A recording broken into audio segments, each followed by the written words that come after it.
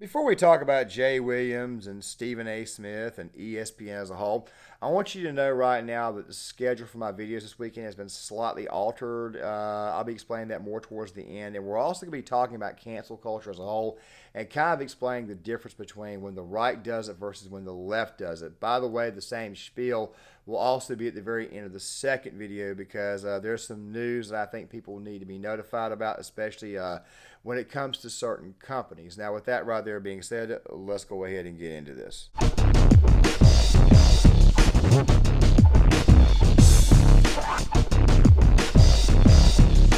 Guys, for about 2 weeks now, I've been discussing ESPN as a company and the layoffs, and we've been talking about that process and why it is that they're going through what they're going through.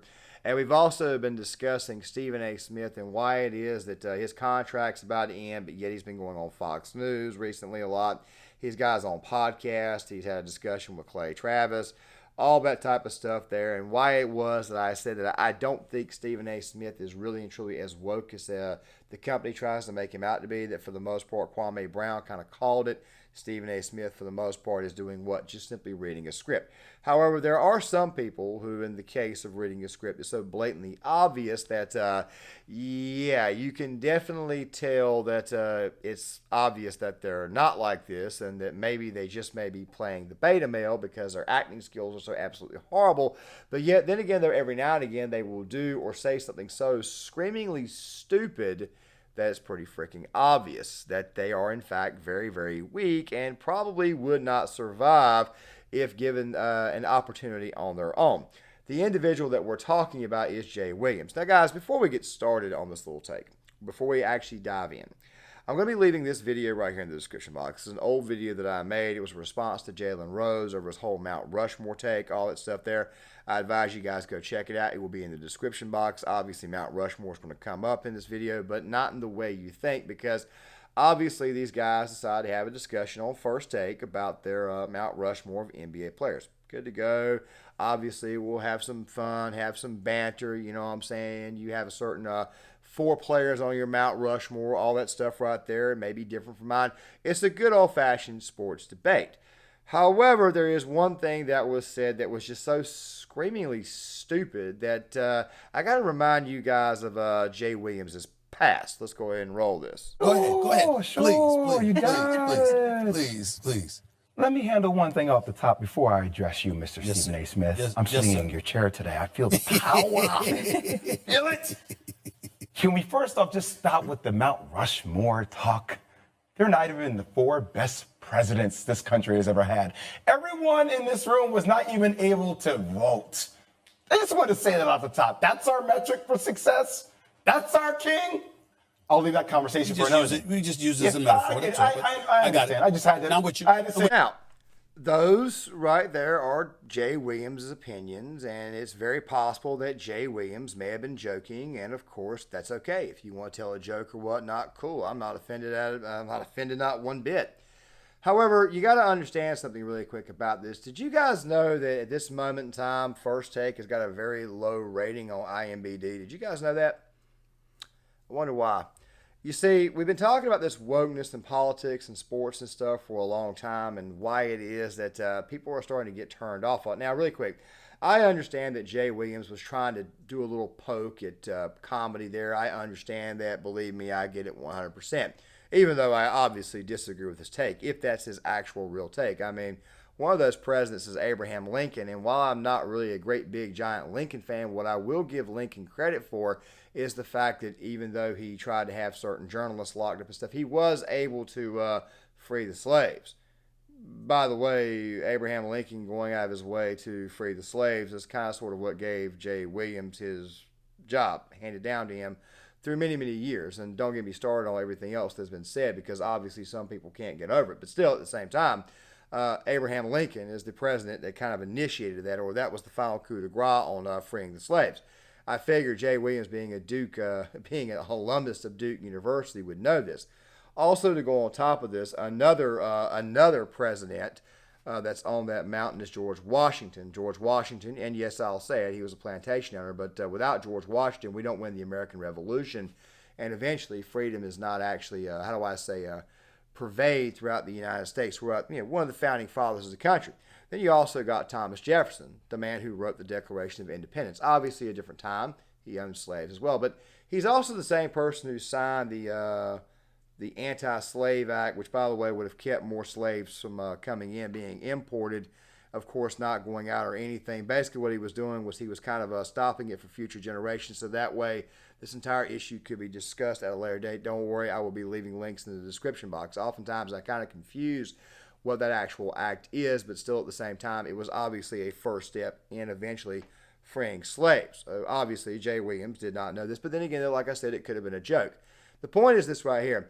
ESPN more than likely would not survive without Stephen A. Smith. They need Stephen A. Smith, and I've already heard some content creators say that Stephen A. Smith looked very weak in this discussion, didn't push back or anything. But I do remember a time when Stephen A. Smith was actually forced to push back against Jay Williams. And by the way, when I talk about beta males, it's going to be this case right here. Do you guys remember, and don't worry, I'll try to leave this video right here in the description box as well. Do you guys remember when Dallas Cowboys owner Jerry Jones was under fire over a photo that was released when he was 14 years old in 1957? Do you guys remember this photo? He was 14 years old. He was standing behind a group of guys. There was a bunch of black kids and a bunch of white kids, and what they were doing was it was over segregation, not being able to get into the school. It was a pretty big deal. I mean, like I said, I'll leave an article in the description box for you guys. The thing is this right here. Obviously, the white players were sitting there standing in front of the black players telling them that they could not enter. Jerry Jones was just standing there. Now, obviously, in the case of cancel culture, some people, mostly those on the left, they want to go all the way back to when you were like a freaking baby to actually cancel you, whereas people on the right, they simply cancel you for an act that you did at that time. Don't worry, we'll discuss that a little bit more towards the end of the video. So here's what happened. Jay Williams comes out. He does this little short saying that, hey, look, I need Jerry Jones to denounce racism. Never mind the fact that Jerry Jones is like 78 years old. He was born in 1943. He was only 14 years old at the time this little incident occurred, meaning he probably didn't really have a good sense of right and wrong at the time, nor really a moral compass. He grew up in the old Jim Crow South. Of course, that there being Arkansas, right before the Civil Rights Movement, right before the 1964 Civil Rights Act bill. There was kind of a different time there, but still at the same time, though, he was only 14 freaking years old. So you mean to tell me that you want to kind of slam this guy on the ground and you want to beat the hell out of him, or you want to beat him over the head with this when he's like 78 years old? Never mind the fact that he owns a billion-dollar corporation, that there being the Dallas Cowboys football franchise. Never mind the fact that he owns a stadium, which, by the way, he helped build, which, by the way, he had very, very minimal, damn near none, as far as taxpayer help concerned, meaning that the minorities in the area that were not paying any taxes on that stadium for their team. That's his product. And while I am not a Dallas Cowboys fan, I oftentimes make fun of the Dallas Cowboys. I will always give Jerry Jones credit in that area. I've been to that stadium. I went there back in 2019 with family to watch my Packers beat the Cowboys, okay? Just to let you guys know I'm not a Cowboys fan, but I will always give Jerry credit in that regards. Now, here's the deal. Jerry Jones, for the longest time, has employed several men of color, several minorities, and there haven't really been a whole lot of complaints. As a matter of fact, people have actually defended Jerry Jones on multiple occasions. However, that did not stop this beta male and Jay Williams from going on and demanding that Stephen A. Smith, who, by the way, is friends with Jerry Jones, basically throw him under the bus. Let me go ahead and kind of roll this for you guys. We're like, well, I insert that here. Wow. That makes it look and feel very different. And I will say this to add on to everything that you were on point about. And that's why I ask again, I need him to denounce racism. Because when you're silent these days, Stephen A., you're complicit. You're complicit when you're silent. Well, you can say that. I agree with you. But I also understand in this day and age, and I'm not talking about Jerry Jones right now. I'm just talking about that generic statement you made in general. There is these days where a syllable or a sentence can cost you so much. Now, he should be worried about that as a damn billionaire, and he shouldn't be worried about that, especially if your heart is in the right place. But I'm just speaking generically. When you talk about that, I don't mind. I sit in this chair every day. You don't mind. You sit in your chair every day. But there's a whole bunch of people that are very well known, celebrities, rich and famous, that don't want no parts of these issues because they know a syllable can be misinterpreted and could cost them everything. So in this day and age, I'm saying to you, in this day and age, the way we have become as a society, even though I don't give a damn and I'm going to say what the hell I feel, there are a lot of people who don't want that smoke. Yeah, but then it's your moral compass versus your moral compass versus the bottom line and what's more important to you as a person. Well, like you said, that's exactly my point, though. That's a decision. It's an opportunity. Yeah. And it's interesting when I watch Tyler Adams and he pronounces Iran and it's Iran, and the reporter asking about racial discrimination, like everybody is answering these type of questions around the world, the World Cup. Well, not everybody. Jay, you know a lot of people. You know a lot of people that run the hell away from the microphone and the camera. Stephen A. You know that. Jerry Jones talks about everything under the sun. Which is why he runs away from nothing. Which is why we called him out with Kaepernick and the social justice issues and how silent and conspicuously absent he was. Because we said, you talk all the other times. Why the hell you ain't talking now? Say something, Jerry. We said it on this show. Speak up, Jerry. Where you at? We called him out on that because what you so silent. But then you had players coming to his defense. Black players coming to his defense and calling us out for calling him out. It's okay. I mean, you're allowed to see two sides of the coin. Things are going to be seen differently. Being black or being any color isn't being monolithic, right? I understand it's the same. I commend LeBron James, and I want to take this opportunity because it's important to me for where you and I are in life.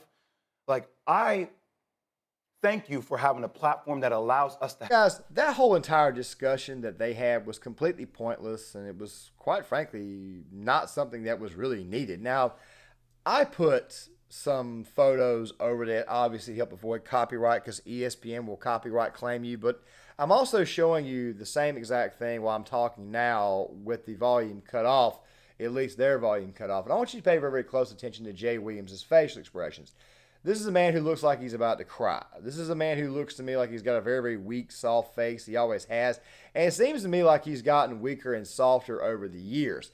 And, of course, when this topic came up, he damn near broke down and cried. I mean, the whole short that he did that he posted to YouTube that got like 1 million some odd views where he was basically saying, I need Jerry Jones to denounce racism, never mind the fact that it happened in 1957 and Jerry was born in like 1943. Never mind the fact that Jerry is damn near 80 years old. Never mind the fact that Jerry has employed many men of color. Never mind the fact that Jerry has done a lot of things in that area. And you expect me to believe that Jerry Jones was some racist. I'm glad that Stephen A. Smith, for the most part, checked him. But then again, at the same time, it happened when he was 14 years old. Was this even necessary to even go after him? I'm being serious. I mean, this is my example of the left when they decide to go on cancel culture. You see, progressivism never stops. That's to continue to progress all the way to the time that you're like a little baby or whatnot. I mean, wasn't there a book out a long time ago that came out recently called Racist Baby or Anti-Racist Baby? I mean, dude, these people are absolutely insane. It's disgusting. It's ridiculous.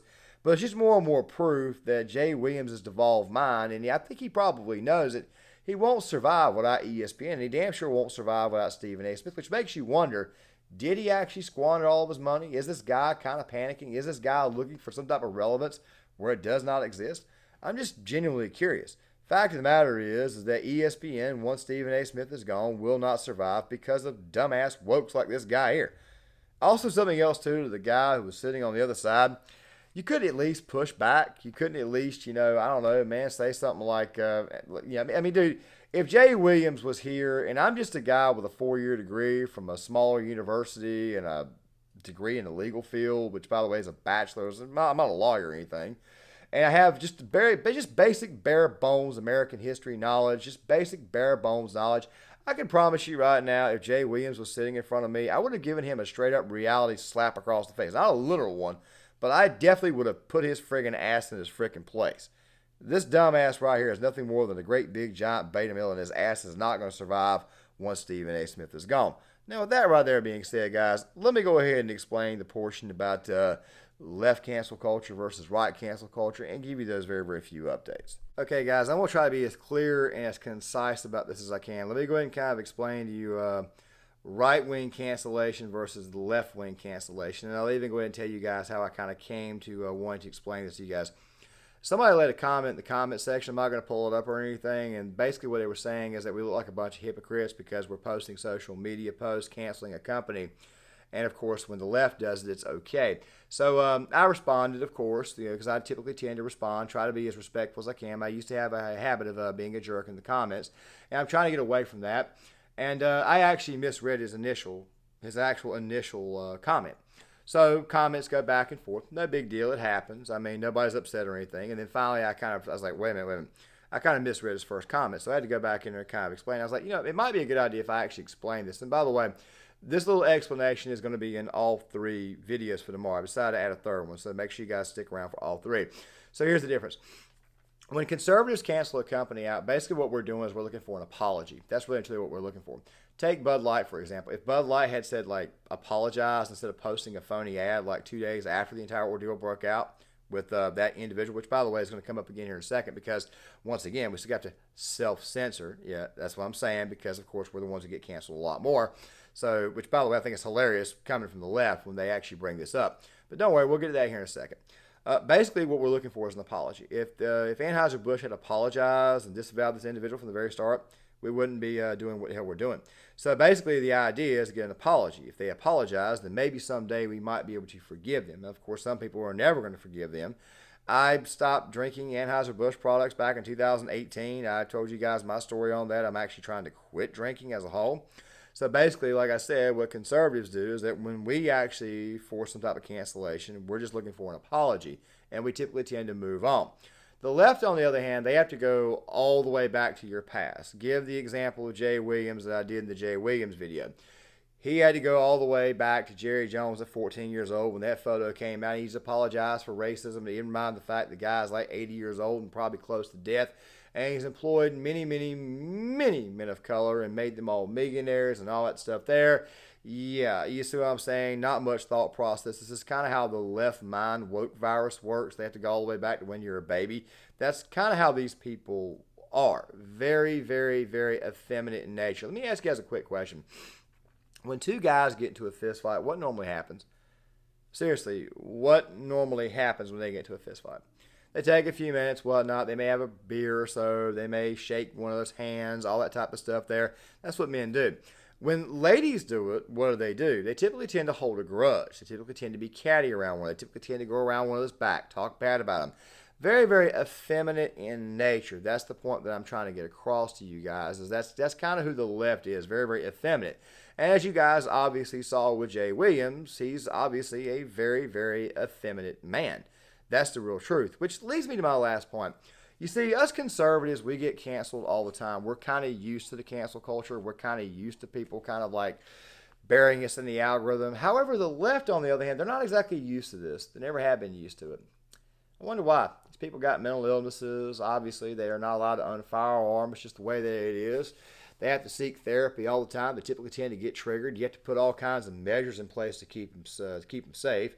Then, when the rules, of course, have changed and you're on a much, much more even playing field, you find out these people are actually quite beta, very weak, very effeminate, a lot like Jay Williams. Guys, John Claymore here. If you guys like this content, make sure you guys hit the like button, subscribe, share the video, sign up in the comment section. I'll see you guys later.